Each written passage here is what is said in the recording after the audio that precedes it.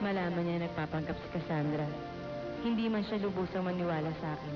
Hindi rin siya lubusang magtitiwala kay Cassandra. Cassandra, sino ka ba talaga? Berbula, sigurado ako, lalong titindi ang pagdududa ni Fredo sa'yo. Kasalanan ni Jezebel. Dapat mawala siya sa landas ko. Lahat ng mga kakampi mo, iniwan ka na. Erebus, hindi ka iniibig ni Jezebel. Sarili lang ni Jezebel ang iniisip niya. Bakit? Hindi ka nang pumanig sa kampo namin. Pag-isipan mo lahat na sinabi ko sa'yo. Hindi na kailangan. Nakapag-desisyon na ako. Mukhang Nick, alam mo kung gaano ko kamahal si Inabana. Alam mo yan? Mas gugustuhin ko pa na ako silang sanay namatay kaysa siya. Sana nga ikaw na lang. Hindi lang si Vivian ang gusto kong sana. Sino pa? Si Rena. Babalik na lang ako sa lupa. Basta pinitin mo mabawi yung pearls na puti, Jezebel, ha? Para mabawi mo na rin si Fredo mo. At makakatulong din yun sa paghahanap mo kay Lucia. Rena? Ano ko to? Jezebel! Jezebel! Jezebel! Jezebel! Jezebel!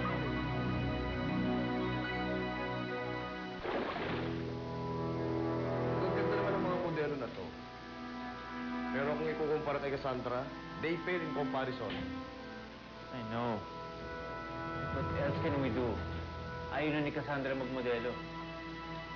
Hildo, you assured us that you're going to convince her. Malaki na nagagastos natin dito sa search campaign. Ano lang ang sasabihin ng iba? Pag nalaman ng iba, modelo ang nilalagay natin sa commercial at print ads natin. I'm sorry. Just give me some more time, okay? For the meantime, maybe we can use some of these models. But Cassandra will still be the star in our commercial. How about that? Okay. Ipapakita ko uli sa mga boss namin ang mga model lineup ninyo. Then i-email ko sa'yo ang choices namin.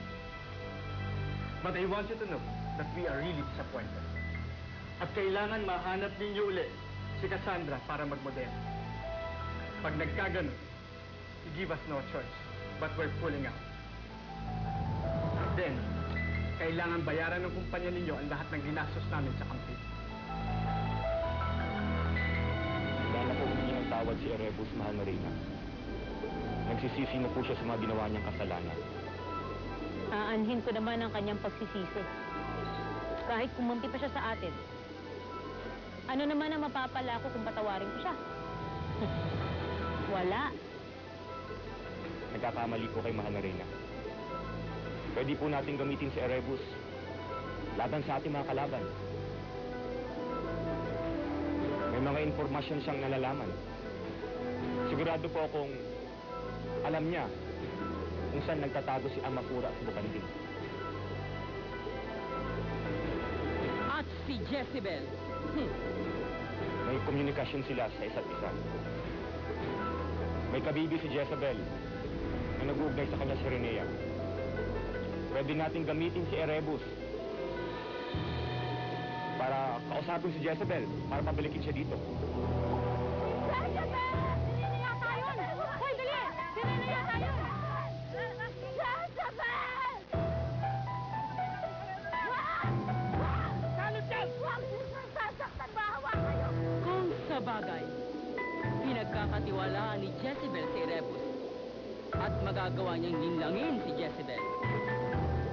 Mahal na Reyna Janga, sa tingin ko, mapapakinabangan nating mabuti si Erebus.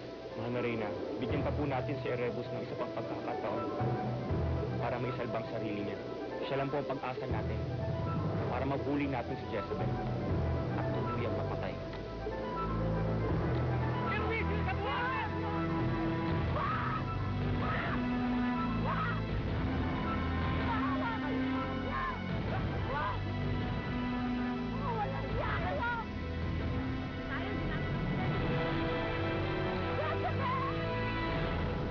Sigurado ka bang handa na siyang kumampi sa atin?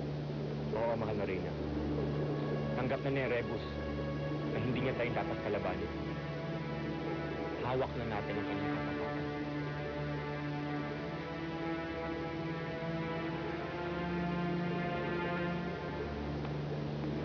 Sige.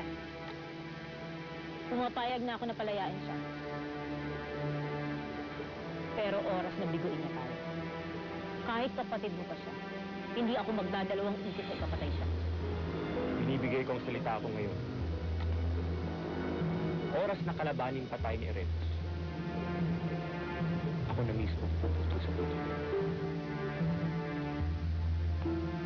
Fredo!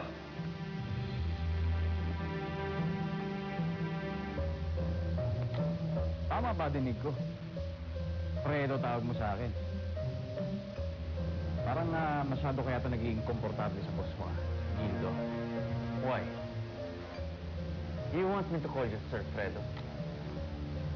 Do you want me to respect you as my president? You better act like one. Gago ka talaga, eh. Oh.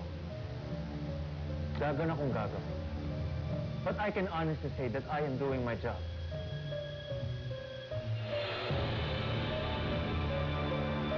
Walang iya kayo! Ano bang lagi kayo lalabing sa inyo, ha? Bakit gano'n nalang galit sa mga sirena?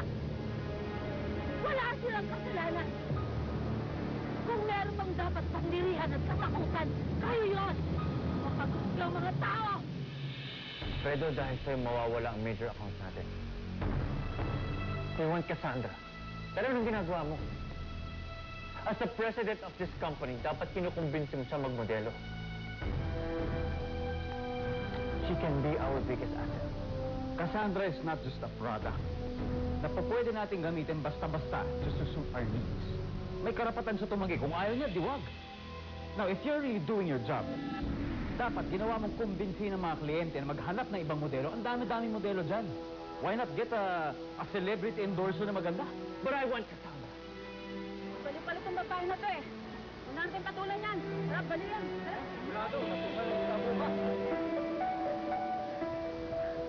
Jezebel! Jezebel! Jezebel! Anak ko! Makasalan ako! Jezebel! Ayun. Gusto lumabas din sa bibig mo. Ikaw ang nagpupumilit kumuha sa kanya at hindi ang kliyente. Hindi mo nga sa akin, Gildo. You seem very obsessed with Cassandra. Tapatin mo ako, may gusto ka ba sa kanya? Kung sabihin kong oo, mapipigilan mo ba ako?